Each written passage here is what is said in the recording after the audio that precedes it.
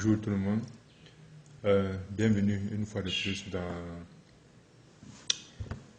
sur cette chaîne Simama de Dieu des dieux. En fait, il y a un thème qui nous intéresse cette fois-ci et c'est important pour nous souvent en tant que chrétiens de méditer et de réfléchir sur des thèmes particuliers parce que ce sont des thèmes en fait qui sont les thèmes de base pour un chrétien. Alors, il y a un concept très important qu'on évoque très rarement, mais ce thème-là, le concept, c'est le combat spirituel. Le combat spirituel, c'est très répandu dans les milieux chrétiens, particulièrement dans le milieu pentecôtiste, mais c'est très important pour nous de définir et de comprendre ce que c'est que le combat spirituel. Alors pour cette première vidéo, nous allons voir d'abord contre qui est-ce qu'on combat, et peut-être une deuxième vidéo, nous allons voir comment est-ce qu'on combat, pourquoi est-ce qu'on combat, et peut-être dans une troisième vidéo, nous allons voir quels sont les mécanismes quotidiens du combat spirituel. Alors, cette fois-ci, nous allons voir tout simplement contre qui on combat. Et pour ça, nous allons nous intéresser à la Bible qui définit en fait le cadre du combat spirituel. Puisque nous allons regarder un passage dans Ephésiens 6, le verset...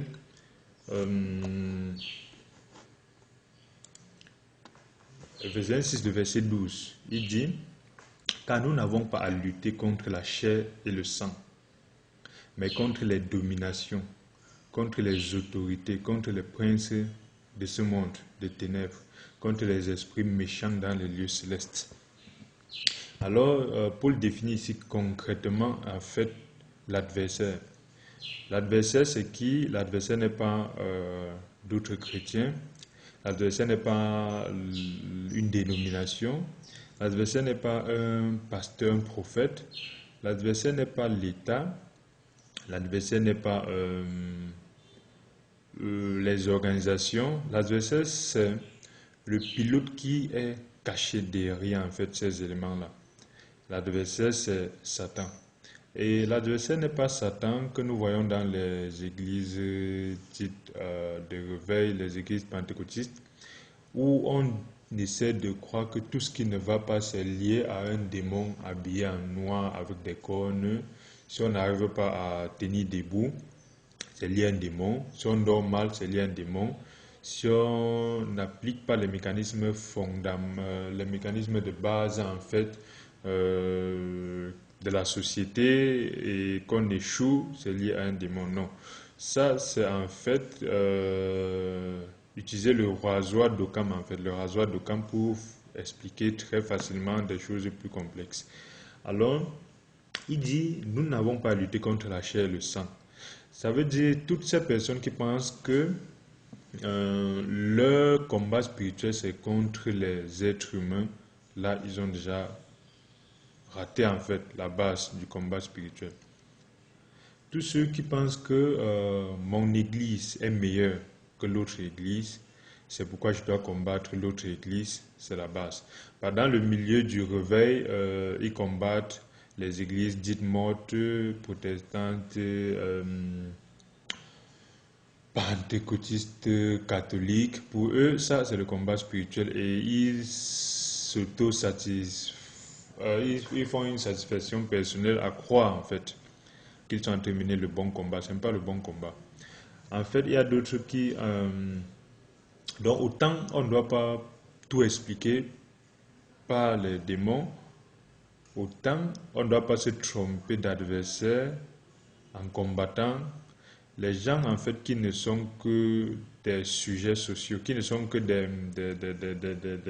comment je peux dire? En fait, si quelqu'un naît dans le catholicisme et il fait ce qu'on a appris, on n'a pas à le combattre en fait, on a juste à l'éclairer. Par exemple, si quelqu'un naît dans le pentecôtisme où tout ce qu'il voit est lié à une force, je ne sais pas quoi, on n'a qu'à l'éclairer à travers la Bible. Ce n'est pas en fait dans le combat. Donc le christianisme aujourd'hui est très divisé justement parce que le combat spirituel se fait entre les chrétiens, se fait dans l'église, au lieu de se faire en fait en direction de Satan. Satan en fait est celui-là qui se fout les mains en étant très content de voir les chrétiens se diviser, se détruire. Ceux-ci combattent ceux-là et Satan est vraiment très très rusé et il est très content. Alors, il est très important donc de définir clairement que c'est Satan qui doit être le sujet du combat spirituel et ce n'est pas le Satan passe partout où on l'attribue tout et rien. Alors c'est très important pour nous de comprendre ça parce que lorsqu'il rapporte en fait les éléments du soldat du combat spirituel, il explique clairement dans Ephésiens 6, il dit, à partir du verset 6, du verset 10, il dit, au reste fortifiez-vous, Ephésiens 6, verset 10, au reste fortifiez-vous dans le Seigneur par sa force toute puissance. La force du combattant vient de Dieu. Et si on n'est pas connecté à Dieu, on ne peut pas combattre.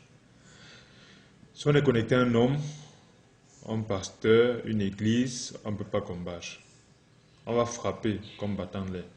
Revêtez-vous de toutes les armes de Dieu afin de pouvoir tenir contre les ruses du diable. C'est contre les ruses du diable.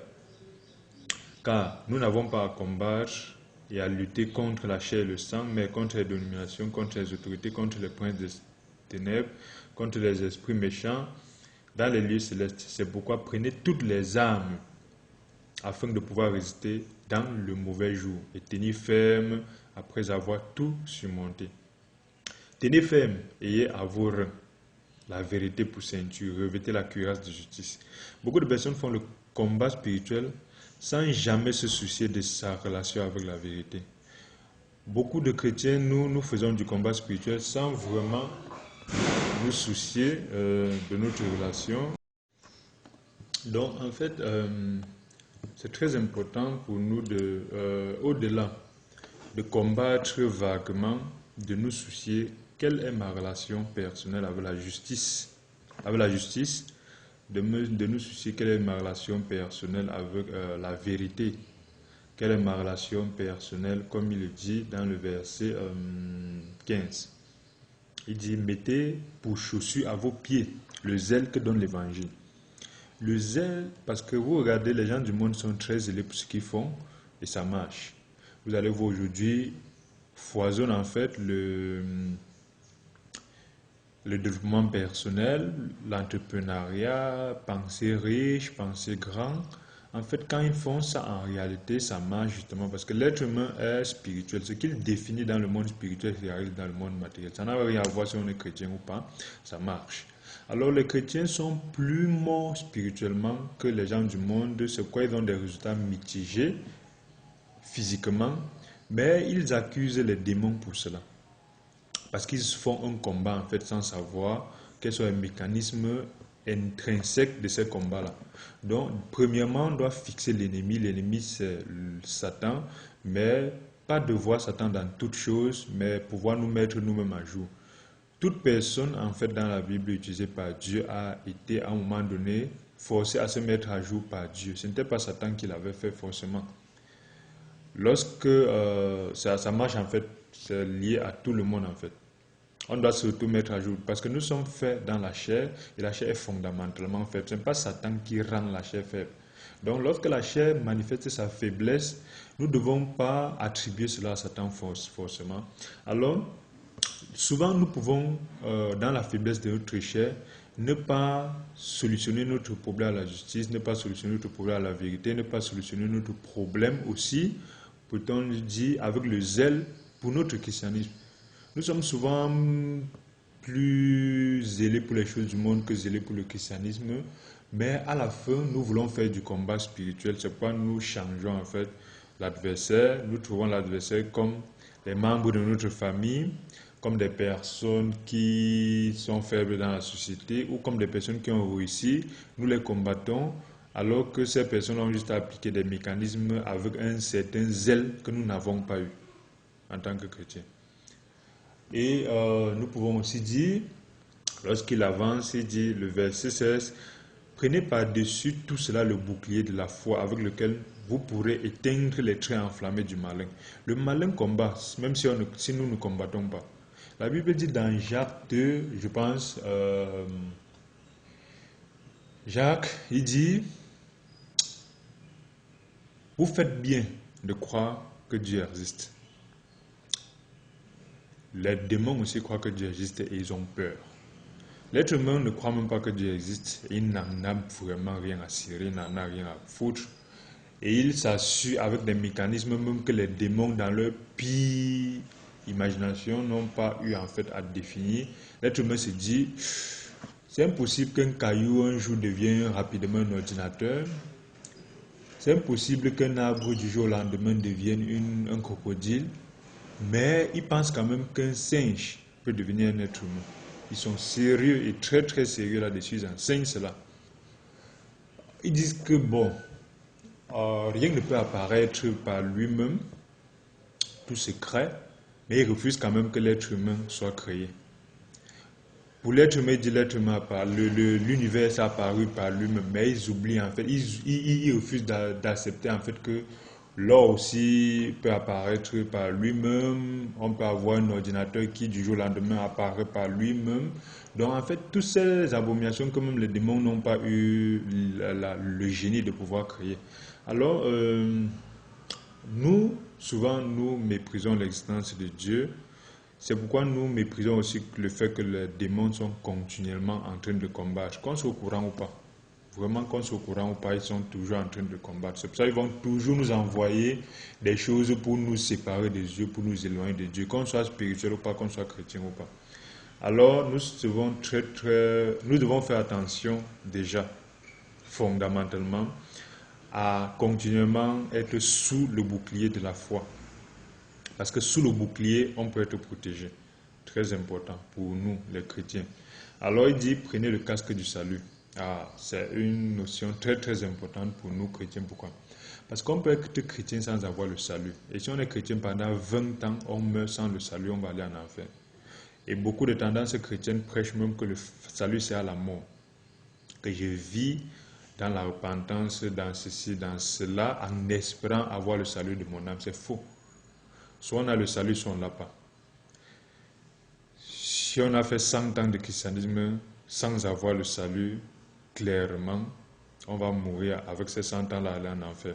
Ce n'est pas lié à un être humain, ce n'est pas lié à une dénomination. Le salut, en fait, c'est accepter en fait le travail fait par quelqu'un qui s'appelle Jésus-Christ et un travail qui a été fait parce que nous n'avons pas pu faire. Si on avait pu se justifier par nous-mêmes, en allant à l'église, Jésus, on n'aura pas eu besoin de lui.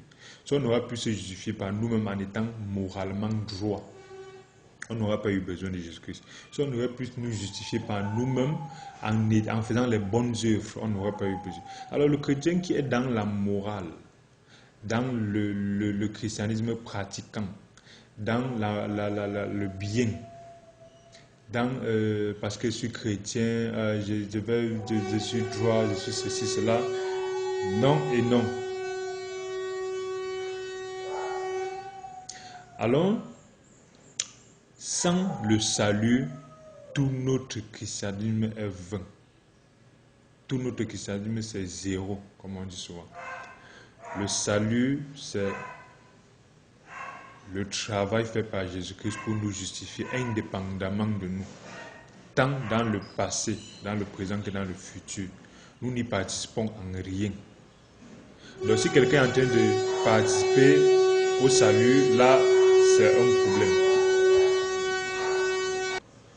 Donc le salut en fait est le début de la vie chrétienne. Ce n'est pas le but de la vie chrétienne, ce n'est ni la fin de la vie chrétienne.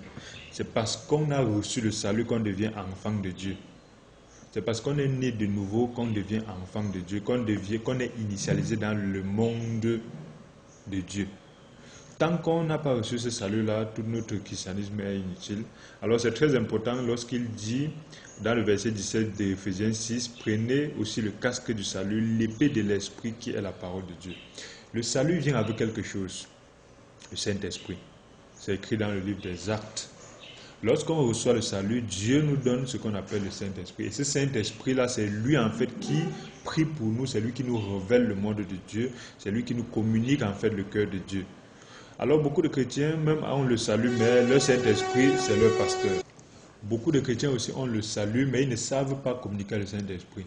Et il y a des pasteurs qui prennent en fait des systèmes de domination qui essaient de couper les gens du Saint-Esprit pour devenir le Saint-Esprit à la place du vrai Saint-Esprit. Alors, il dit, verset 18, faites en tout temps par l'Esprit, toutes sortes par l'Esprit.